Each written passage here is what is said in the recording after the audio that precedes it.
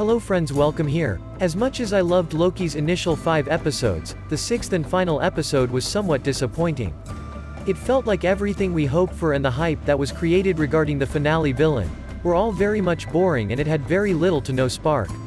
Although it is clear that the real villain will be here in season 2, and the finale just sets the stage right, but come on. Finale didn't have to be this much boring. We're treated to a large exposition dump and a vicious fight between Loki and Sylvie as they enter the stronghold at the end of time, both seeking emancipation from the TVA's cruel bureaucracy.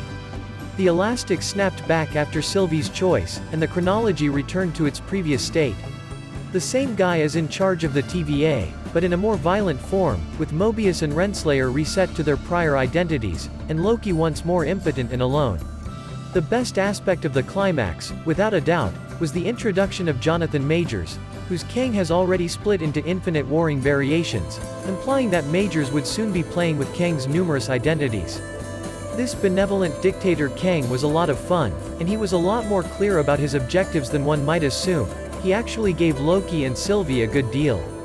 Sylvie's crucial decision is going to make the MCU's future significantly more intriguing, but it feels like we lost Loki along the way.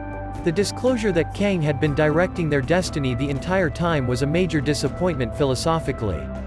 Marvel has been chastised for overusing the superhero confronts an evil version of themselves trope, but Loki is the one instance when that scenario would have worked well. After all, Loki's journey was intended to be one of self-discovery, a rejection of his dark nature.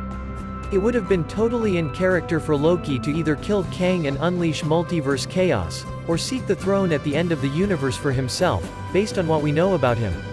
Instead, Sylvie made the decision for him, and Loki's transformation into a self-sacrificing hero appeared hurried and inauthentic, as he floated through a plot that served as a prelude to the next stage of the MCU rather than a thorough examination of his character.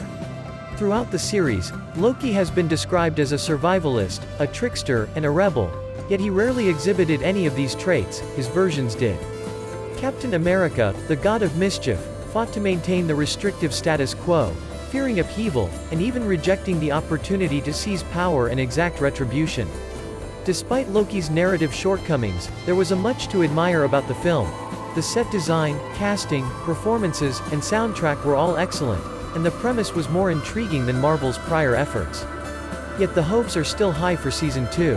And as Kang will be back again in Ant-Man 3 as the Conqueror, it will be interesting to see how Marvel sets the ground for Loki's Season 2. Till next time, please like this video and subscribe to my channel. See you soon.